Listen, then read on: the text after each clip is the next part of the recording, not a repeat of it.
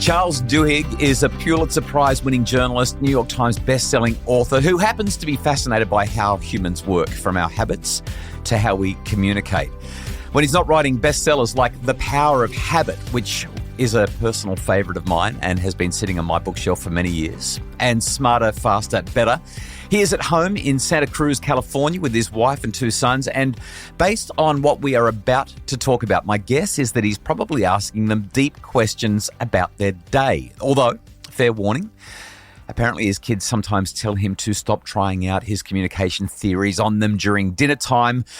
Charles wrote a book called Super Communicators. I've just finished reading it. Loved the book. Dog-eared far too many pages, coloured in far too many pages, made copious notes, and it's already changed the way that I'm talking with my family and engaging with them. Charles joins me on the Happy Families podcast today. What a pleasure to have you. Thanks so much for reaching out, Charles. For having me. I really appreciate it. Charles, I want to just kick straight on with some conversation points about what you've brought up in your book, Super Communicators. You write about 3 types of conversations that people have: practical conversations, emotional conversations, and social conversations. Yeah. Can you walk us through what these look like in Sure, general? absolutely. But I really want to get specific about kids, because quite often what I find is parents are having very different conversations with their kids than the kids are trying to have with their parents. Oh, absolutely. And for me, the journey to this book actually kind of started at home because of conversations with my wife and my kids. And so my kids are now 13 and 16, almost 14 and 17. And I only have 2. I know you have 6, which is a lot. I'm sure there's still time for you to catch up, Charles. Just keep at it, keep trying. I'll let my wife know. Right. So yeah, we would get into this pattern. So when they were a little bit younger, they would come to tell me about something, and I would assume that they were coming to tell me about it because they wanted me to solve it, right? Because their brother hit them, or because something happened at school, and I assumed they were looking for my advice. I assumed, in other words, that they wanted to have a practical conversation. But pretty quickly, what I realized, what all parents realize, is no. When these children come to you, what they actually want is they want to have an emotional conversation. And the thing is that what we've learned from neuroscience is that if you're having different kinds of conversations at the same time, you can't really hear each other, right? When I would come home from work and I would complain about my day, and my wife would say, oh, why don't you take your boss out to lunch? You guys get to know each other a little bit better. I would get even more upset because I wanted to have an emotional conversation. I wanted to tell her how I felt, and she wanted to have a practical conversation. She wanted to solve the problem. And those are both entirely legitimate forms of communication. But when you're not having the same kind of conversation at the same moment, you can't connect with each other. You can't fully hear each other. So you're exactly right. When it comes to kids, oftentimes the first thing we have to ask ourselves is, what kind of conversation is happening? And the way that we do that is we look for certain words that are clues, right? Are they describing their feelings? I feel upset, or I feel like that was really hard, or I'm mad, or I'm frustrated. If they're using these feeling words, what they're really telling us is, I want to have an emotional conversation. But if they come to us with very sort of formulaic stuff, like, Dad, can I go to the store? Dad, can I do X? Dad, why is the sky blue?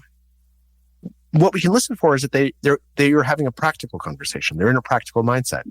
And then there's this social mindset, right? Which is when we have conversations about how we relate to each other, or society, or the identities that are important to us.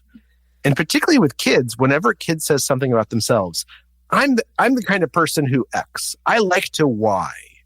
That's a social conversation. They're trying to tell us how they see themselves. Yeah, that identity thing. When I listen to you describing that, and I think about what I learned from the book, Super Communicators, something that I've started to do explicitly in my conversations with my wife and my children, and even with friends and colleagues and clients, is explicitly and clearly ask, what is it that's important to you here? By asking that question, I'm finding that they're telling me what it is that they want. So my wife, Kylie, will be telling me about a challenge that she's experiencing, and I'll say, I'm hearing what you're telling me. How do you want me to respond to you here? Like, what are you looking for here? And it felt clunky and awkward to say it initially, but she looked at me, her eyes lit up, and she said, I just want you to understand and hug. Right. It's amazing, isn't it? We do the same thing. And I do it with my kids. When they come and when they're complaining about their brother hitting them, I say, do you want me just to know about this, or do you want me to help you figure out a solution for that? I love that. And inevitably they say, I just want you to know. I just want you to know that he did it, which of course is great. Think about how much effort we save with that question though, because when you know that they just want you to know, you don't now have to storm into the living room with all guns blazing and say, that's it, I've had enough. How many times have I told you? And the furor that erupts from there, by simply knowing that they just want you to know, you can calmly say, okay, well, now I know. I'm so glad you told me. That's exactly right. And there's a way that they teach teachers to do this, particularly here in the US. They teach them, if a student comes to you and they have something important they want to talk about, the first thing you should ask them is, do you want to be hugged? Do you want to be helped? Or do you want to be heard? Which, of course, is the three kinds of conversations, right? The emotional, the practical, and the social. And if you ask a kid that, like, do you want to be hugged, helped, or heard? They know exactly what they want. They will tell you right away. They'll say like, yeah, I need a hug. Or no, I don't need you to help me with this. I just want you to know what Jimmy said to me on the playground. It's really important that we give them agency to tell us what they want and need out of a conversation, what kind of mindset they're in. Because in doing so, we're actually teaching them to become better communicators. At the core of the work that I do, Charles, I focus heavily on a theory that you may be familiar with. It's called self-determination theory. So researchers at Rochester University, Rich Ryan, Ed Deci, have spent decades developing this profound theory. And at the very center of that self-determination theory is this concept of agency or autonomy. People want to feel not that they are completely free and independent, but rather that they are volitional, that they get to make choices in harmony with their values and what their long-term goals are. As you described that, heard, helped, or hugged. So in Australia, we could never do that because teachers are not allowed to hug students. However, let me digress. Some years ago, I began teaching in my seminars, sort of as an offhanded joke, that when my wife is upset, the best thing, and every husband should do this, the best thing you can do is say to your wife, do you want me to be with you? Like, do you want a hug, or do you just want some space? And it's that same concept, right? It's recognizing this is a person who is unloading, who is experiencing really big emotions. And there's something else that I teach explicitly and ongoingly, and that is that when our emotions are high, our intelligence is low. Intelligence kind of vacates the building once our reptilian lower brain kicks in and we get all emotional. Brené Brown talks about how we're emotional beings first, which means that when emotions take over, it's like our intellect has been bound and gagged and stuffed in the boot, and the emotions are driving down the freeway. And when we ask that question, when we pause and say, hey, do you want to be hugged or helped or heard? Do you want a minute on your own, or whatever it might be? I feel as though there's this, it's almost like we hand agency back to the child or back to our spouse. That's exactly right. And they get to step out of the emotion and say, what is it that I really, going back to the initial premise of my first question, we go back to this point where we say, what is it that I most want in this conversation? Profoundly. I think that's really smart. And one thing that I like about how we're discussing this is what we're doing is we're asking questions. So think about when you're in a conversation. Oftentimes, when we're going over a conversation, preparing for a conversation in our head, what we're focusing on is what we want to say, right? This is the thing I really want to say. This is an important conversation. I want them to understand X or Y or Z. But of course, you know that in self-determination theory, this locus of control is really important, right? Is the locus of control something that's forced on me? Is it an external locus of control where people force things on me? Or is it internal where I get to choose and I'm in control of myself and this conversation and my destiny? And when we ask someone a question, what we are doing is we are handing them control of the conversation. That doesn't mean we're giving it up altogether, right? That doesn't mean that we're going to follow them no matter where they go. But what we're showing them is, instead of just forcing you to listen to what I want to say, I want us to control this conversation together. And when we do that, that's when everyone suddenly achieves a sense of psychological safety that lets us actually both agree and disagree with each other. I have a hypothesis based on what you've just said. This idea of the idea of control. If you're trying to control me, I take from that, I implicitly believe that you don't trust my capacity or my ability to resolve a situation myself. You're stepping in and saying that you need to be the unilateral arbiter of all things related to this situation because you don't trust me. In other words, you're judging me to be inferior or incompetent or incapable or something like that. And the thought that I had as you were describing that was that we often describe the opposite of love to be hate, but my hypothesis is that the opposite of love could be judgment. That is, when a person's feeling judged, they don't feel loved. And by doing what you're describing, what we're actually, my sense is we're removing judgment from it by saying, hey, let's control this together. Let's work on this as a team. Let me empower you to work through this. I believe in you. I trust you.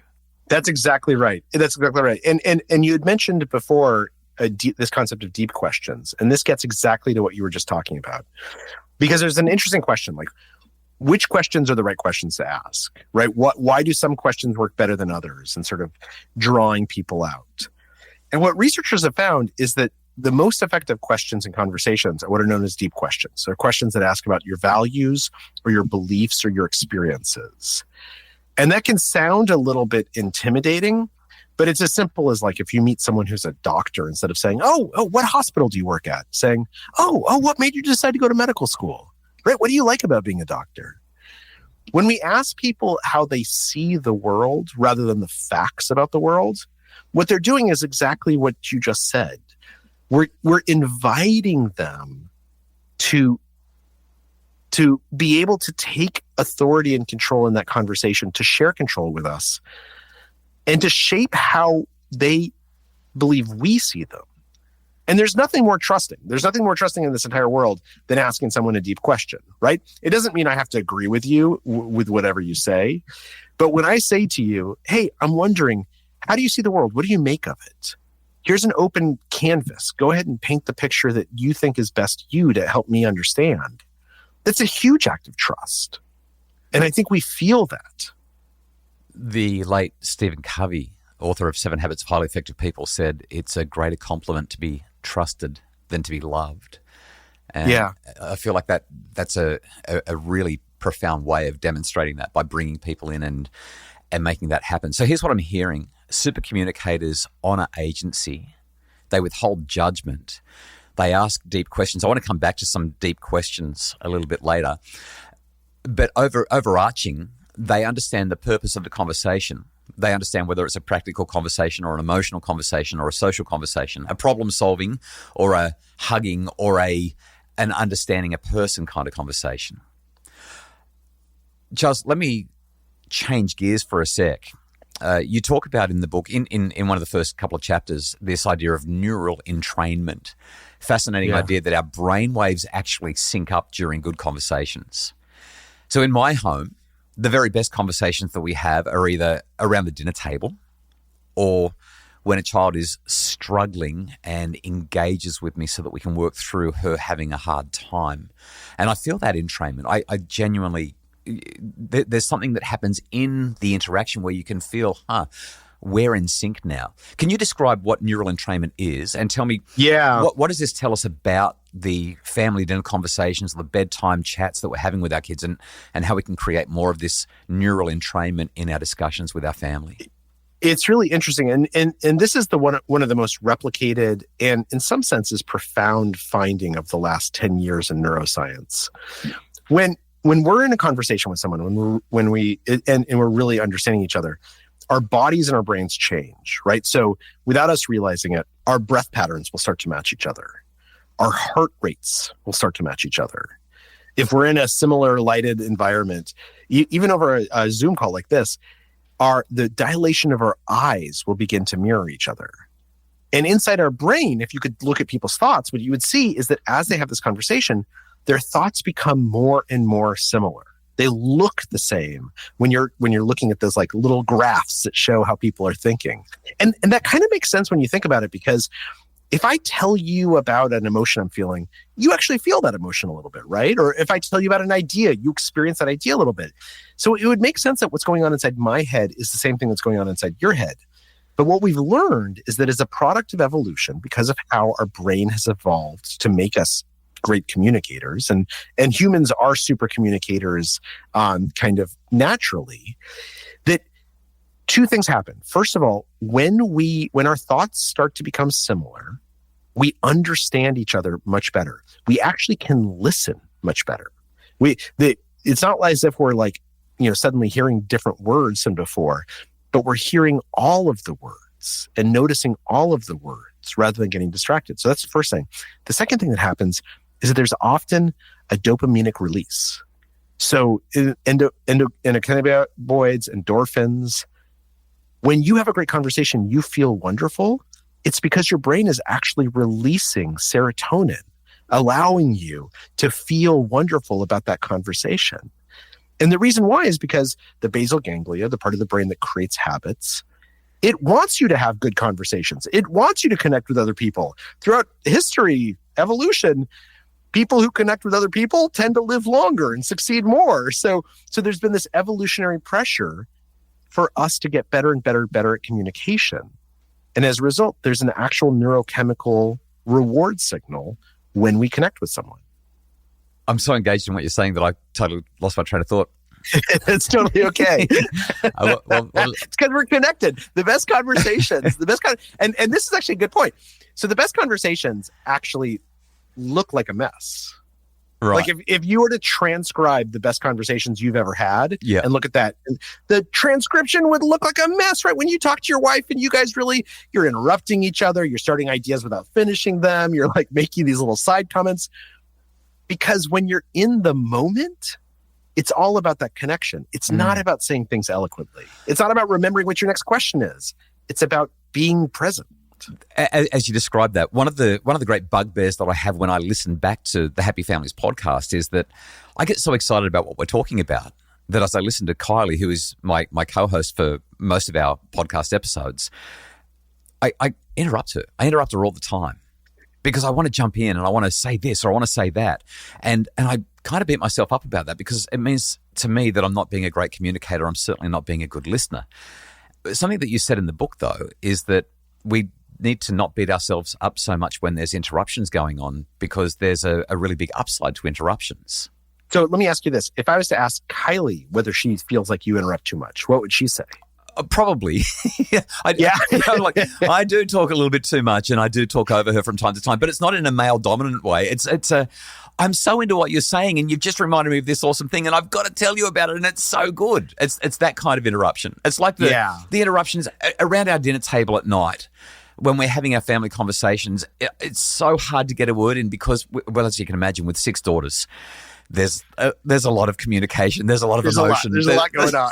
But there's so much interruption and no one gets to really finish a thought or a sentence, which is infuriating in some ways. And yet it's delightful. Kind of wonderful. Yeah. It's because everyone's in the conversation. Everyone feels like they're participating. So you're exactly right. What we know about interruptions is that interruptions are actually a really good signal as long as they're going two ways.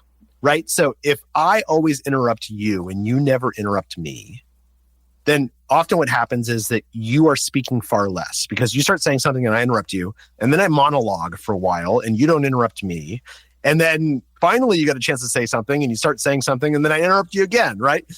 So the interruptions aren't the problem. It's what's known as equality and conversational turn-taking. So equality and conversational turn-taking is basically just this thing that they measure in experiments. How much did each person talk compared to everyone else? And it's not even about like the number of words you said. It's not even about the minutes you spent. It's oftentimes about how many times you piped up.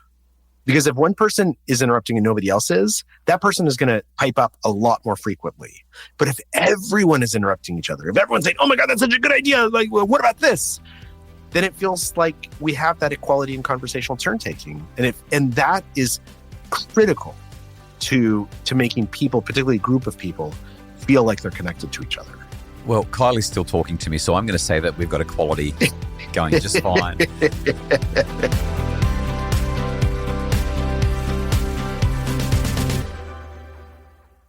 Charles, I'm a really big believer that nobody wants to be fixed. I've never had any of my children look at me and say, Dad, it sounds like you've got a solution to make me better. Let me hear it. My wife has never asked me, honey, why don't you fix me so that everything's just right? No one is ever begging for us to fix them. Why do we implicitly desire to fix other people? So I'll note that this is not a universal condition, right? There are some people. It's just me. Is that what you're saying? Probably your wife, right? Who like when a kid brings a problem to them, they know that they just say, "Oh, I'm so sorry, honey. That sounds really hard," rather than trying to fix it for them. Right? Okay. Never met one of those people. What often happens is that we get habituated in a certain kind of conversation. So one of the questions I get asked a lot is like, do women and men communicate differently? Do their brains work differently? Are women from Mars and men are from Venus or whatever it is? And the answer is no. All the research shows men and women communicate the same way, but they are often habituated differently in their younger years, right? Conversations that are emotional, women tend to have more of them in their teenage years. And as a result, they're just more comfortable with them.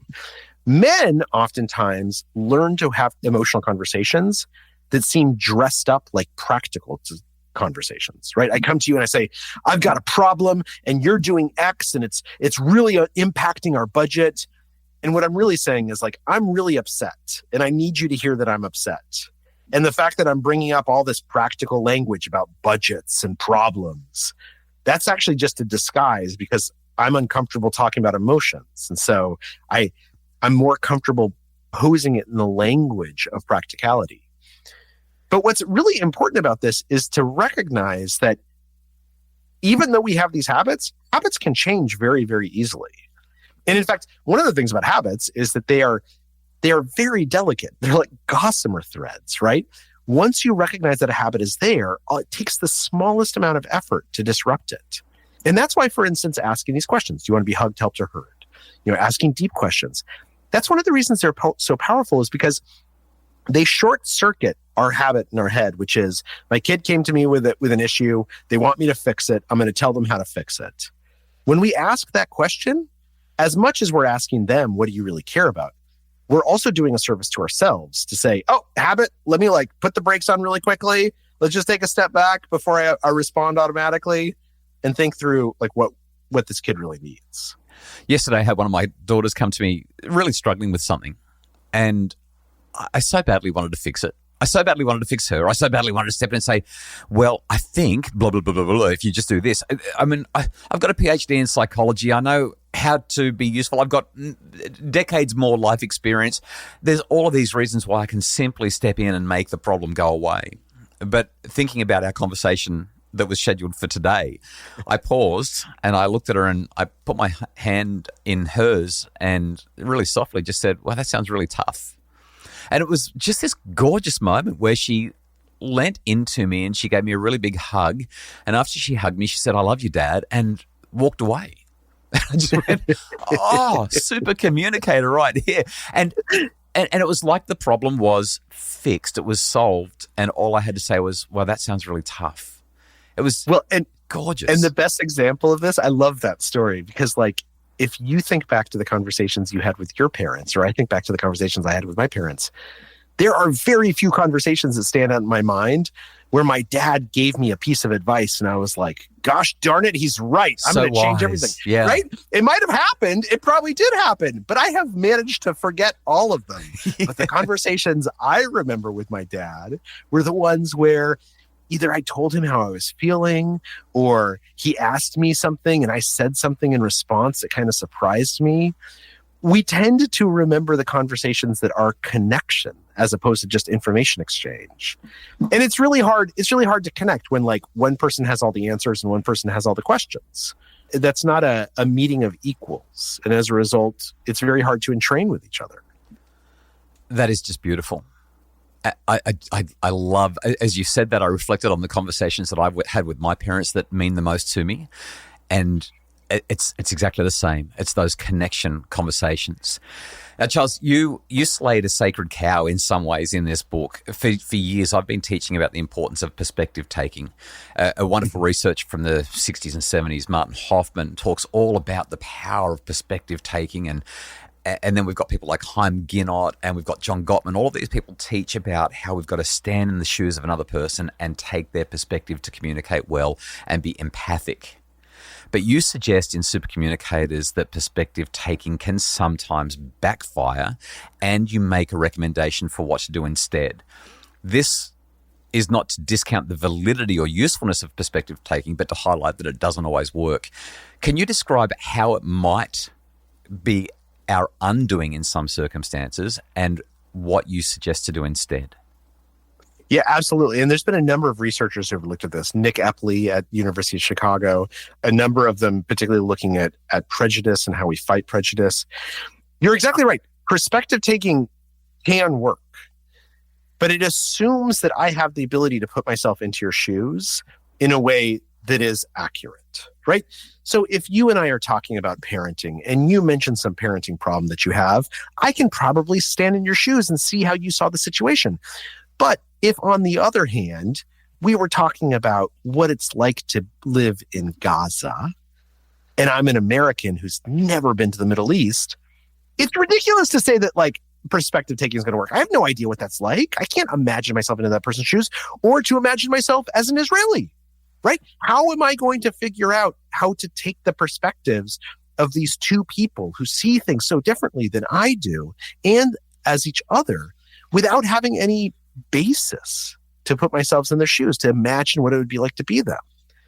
And so into this breach, these researchers have come forward and they said, look, perspective taking works sometimes, but there are times when it doesn't work. When it's just the experience that someone is having is too foreign, too alien to your own experience to actually, it's presumptuous to assume that you know what it's like for them. And in that case, instead of doing perspective taking, what we should do is perspective getting. Just ask them a question. Ask them, like, what is it like to live in Gaza right now? What is it like to be an Israeli citizen right now? I know that you guys see this thing differently. I really want to understand how both of you see it.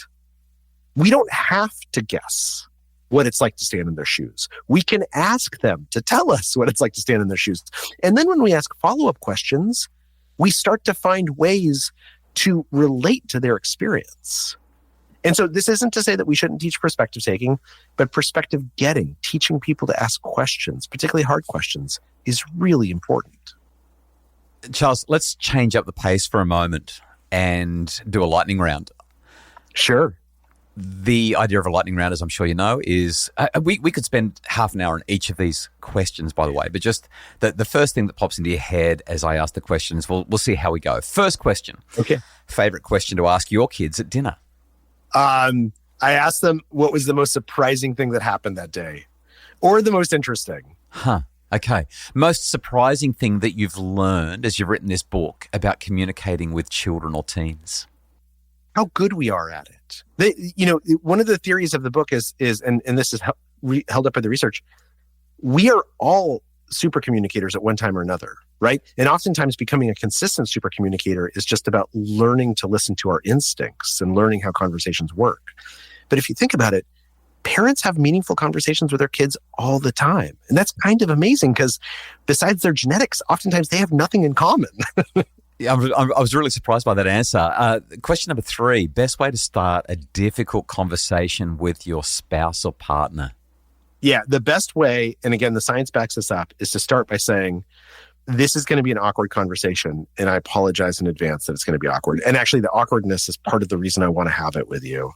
And I might say the wrong thing, because sometimes like the gap between my brain and my lips is too big, and I hope you'll forgive me. And if you say the wrong thing, I promise I'll forgive you. Like I'll give you a chance to like rewind the tape and say it a little bit better. When we do that, when we acknowledge the awkwardness, when we give each other the grace to make mistakes, we're lowering the temperature. And that's critical. I recommend the same approach when talking about tricky topics with children. I want to have one of those awkward conversations that some people really struggle with their parents and children. And the kids are suddenly a little bit intrigued, but also defenses are down. It's like, okay, this could be awkward, but this is obviously important. in the car, when I'm in the car with my kids, I often will say like, okay, let's talk about puberty. Because they go, Dad, they're not going anywhere. They're in the seatbelt. The doors are locked. You know what? Like it takes like 30 seconds for them to be like, I do have a question actually. What's the worst communication habit that you had to unlearn? I mean, you say that this book was about you learning to be a better communicator. One of the things that's most toxic to a conversation is when we try to control the other person in the conversation. And as you know, there's this thing that happens in when we're talking to spouses called kitchen sinking. We start arguing about one thing and suddenly we're arguing about everything, right? We're not just where are we going to go out for Christmas, but like your mom hates me and I wish that, and if you made more money, we could go on nicer trips. Like and that's toxic. That is a clear sign that something is wrong in a relationship. And I think the reason why we do this kitchen sinking is because we want to try and control the other person. We want to try and control what the conversation's about. We want to try and control what you're allowed to say and what you're not allowed to say, whether you're on the defense or the offense. And when we change that and we say, look, I have this instinct to control things, but instead of trying to control you, I'm going to control the environment with you. Like let's have this conversation, not at 2:00 in the morning. Let's wait until we're both well rested and have it at 9 in the morning. Or I'm going to control, I want to control the boundaries of the conversation. Like we're going to talk about where we're going on holiday. We're not going to talk about moms. We're not going to talk about money. When we share control, and this is something I feel like I learned to do better, what we're really doing is we're empowering the other person to have a conversation with us. So it's not an argument. It's a cooperation. Just a few more. What's your go-to phrase when you've messed things up with your family? That's a good question. I mean, usually I just say, I'm sorry. I try and apologize to my kids a lot because I want to show them that making mistakes is part of life. That works for me. So I just say like, hey, Ollie, I'm really sorry. Like you asked me that question and I was short with you and that was not appropriate. And I'm sorry I did that. Charles, what's the most unexpected place that you've had a great conversation? Oh my gosh. I mean, all the time, like in an Uber. Like sometimes you have these conversations with Uber drivers, right? And like, and it's okay not to have a conversation with the Uber driver. Sometimes you get in the Uber, you just want to check your phone. But sometimes you have this conversation with an Uber driver and like, they have these amazing life stories, right? They like cross oceans and send money back to their families. And you're part of something important by connecting with them. I really, really struggle with those conversations. I get off an airplane, jump in the Uber or the cab and think, can I just put my headphones on and pretend? But as you've said, some wonderful and enriching conversations have been the result of being willing to engage with another person. I love that. And you absolutely can just put your headphones on. Like there is no obligation to have a conversation. But I think oftentimes we hesitate to have that conversation because we're worried about how it's going to end.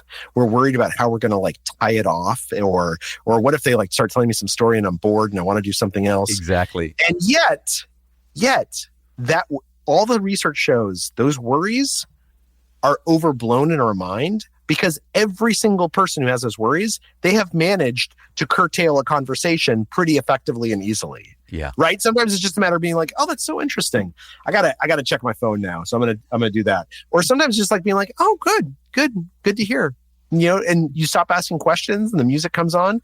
We all know how to stop conversations if we want to stop a conversation. But sometimes we forget that we know how to do that. And it's the awkwardness of it that sets us off. 2 more questions for the lightning round. Number 1, best conversation starter at a party. Oh, so I think the best one depends what kind of party you're at. My favorite question is, when is the last time you cried in front of another person? Oof. Yeah, you talk about that in the book. I thought to myself, I don't know if I'm courageous enough to ask somebody that I've just met that question. Decide that it's going to be the third question you ask someone. And by the time you ask it, it's going to feel so natural. Because those first two questions are going to be questions that are real questions. Last one. What's the most powerful question that someone has ever asked you? Ooh, that's a really good question. I don't know, because if a question is asked in the right spirit, they're all powerful, right? Like, I don't know, maybe when like one of my parents asked me why I wanted to propose to my wife or what I liked about her. But that's not it. This was in college. That's not a question that like was a deep question for them. We were literally in the car, and my mom was like, "Oh yeah, tell me about Liz. What's she like? What do you like about her?" And like, it was at that moment that I was like, oh, I'm in love with her. I'm going to marry this person. I have two quick responses to that. First of all, yeah, I was with some friends in Sydney, and they were asking me what I loved about Kylie. And it was that same question that made me realize that I needed to go home and propose that day. Really? Yeah, it was literally just that question of what do you like about her? And the more I answered the question, the more I thought, why are we not already married? I mean, it was really that profound and that powerful. And I guess the follow-up to that is you mentioned that this was a long time ago. Kylie and I are about to celebrate our 27th wedding anniversary. Congratulations. And I was telling somebody about that just the other day. And that person looked at me and asked so sincerely and so beautifully, what do you think you've done to have such a happy marriage for 27 years? And I sat there and I almost started weeping as I thought about the beauty of the relationship that we share, but also I loved the question. I just wanted to sort of sink into that person's arms and say, thank you so much for asking. Let's just talk about relationships and let me tell you about Kylie for the next hour or two. It was, I just wanted to open up everything to this person because it felt like such a deep and vulnerable question. Well, and I think that so beautifully illustrates that sometimes we say, like, what's the best question, right? We're looking for that magic question. We're looking for that magic answer. But actually, any deep question is the perfect question. If it's asked with the right spirit, if it's asked to someone who's ready to respond and connect with you, if you show them that you're listening by sharing of yourself and not judging them, but instead allowing them to be vulnerable and being vulnerable yourself, any question can be the best question. If we allow ourselves, it's what happens after we ask the question that matters much, much more. The lightning round has devolved into a regular conversation again, which happens all the time. But our time is starting to run really short, and there are two more questions that I want to discuss with you. The first one comes from one of my favorite. There were three parts of the book that I loved the most, but one of those parts was on page 97, where you describe how shallow questions can become deep. Now, we've referenced deep questions a number of times, and we've just talked about one of those a moment ago. You've talked about how these deep questions are going to create better connection, and I want to hit you with a handful of standard shallow questions that we often ask our children. Sure, I love it. And get you to give me a deeper, more connective version. This is the really practical stuff, right? How do we deepen questions like, how was school today? What was the most surprising thing that happened at school today? What was the best thing that happened to you at school today? It's such a slight tweak. And even if they look at you and say, nothing, that opens up more conversation, right? Right.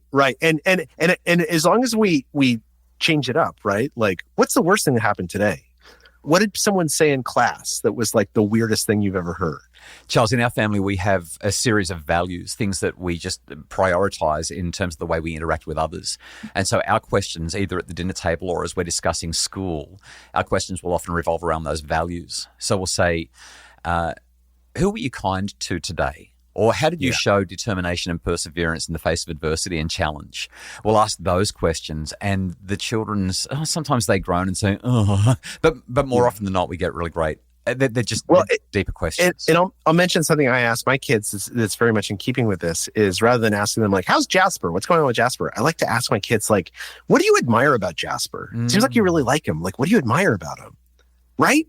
And then suddenly you're empowering them to tell you how they see the world. Here's another one. Why didn't you clean your room? Sometimes when you ask that question, you're not actually looking for a conversation. You're just looking to send a message. I just want and that's okay. That's okay. But a better way to do it, if you do want to have a conversation, is, I know that the cleaning is important to me, and you've told me it's important to you. What's the thing that's stopping you from keeping your room clean? Let's analyze this. Okay, I have two more of these ones. What do you want for dinner? Again, this is a very practical, and no parent really cares. Like, we're so sick of thinking every day about what we need to do for dinner, but yet there's got to be a better way that we can ask this question. So this is how I do it at home. I say, if you could have anything for dinner, anything on earth, but you're deciding this in the future because you're looking back and seeing what you should eat, what would you choose? And inevitably they say ice cream. Right. And I'm like, look, 5 years from now, do you think that like you're going to really wish that you had ice cream tonight? No, I guess 5 years from now, I wish that we had some broccoli and then some ice cream. The variety is the spice of life in this, I think. Yeah. What, if you could have your last meal and it was tonight, what would you choose? That kind of thing. Yeah, it's a great one, right? All right. And the last one that I wanted to ask is just, this is another tricky one because as parents, we're so functionally oriented. It's so much about getting things done. It's so often practical. But a question around, are you ready for your test? How would you deepen that or how would you improve that question? You know, we think about this a lot because we work with our kids and they're both in school. And we spend a lot of time talking to them about how do you feel about the test that's coming up? Like how do you feel about the work you've done? How do you feel about the test tomorrow? How do you think you're going to feel afterwards? Feelings. And in part, that's because it's a little bit different, but also because that's actually what we're supposed to be doing. Yeah. Right? We're supposed to be teaching them this internal compass about where they can rely on their feelings to tell them whether they're prepared or not, or to tell them whether they should be anxious or not. And if they're feeling anxious, to try and figure out why and do something to relieve it. I love that. Charles, for a couple of decades now, I've been talking to people about the Harvard study of adult development, otherwise known as the Grant study, one of the longest running, if not the longest running study of human development and flourishing and well-being in the history of the world. It's spoken about by so many people in so many different contexts. In the last chapter of Super Communicators, you put a perspective on the Grant study that it kept me riveted. It was my favorite part of the book, and not by a little bit. Thank you. I loved it so much that I pulled my whole family together, and a couple of the kids had their friends over, and I said, I don't care, everyone around the dining table now. And I read them the entire final chapter out loud for about 30 or 40 minutes, and we talked about it as we went through. I loved how you wrapped up this book. Oh, thank you. That's so nice of you to say. What I would love for you to do for everyone who's participating in this podcast conversation is Let's wrap this up with a discussion about why. Why does communication matter? Why does the book matter? Why does the idea of being a super communicator matter? How do you explain why we need to communicate and connect better? You know, you mentioned that study, the Harvard study of adult development. And for those folks who aren't aware of it, it's been going on for almost 80 years now. Researchers have followed around thousands of people trying to figure out basically what are the things that make you happier and healthier and more successful, however you define success, into your old age. And they had all these theories, right? It was done at Harvard. So they're like, well, if you go to Harvard, you're definitely going to be happier when you get older. And it turns out that's not true. If you're married and you stay married, and even if it's a bad marriage, you don't get divorced, you're going to be happy and successful. Nope, that's not true either. The researchers basically found only one thing that could predict people's happiness, health, and success at age 65. And that was having at least a handful of close relationships at age 45. Which means, of course, that you've had those relationships for a while and that you're going to continue to have them for a while.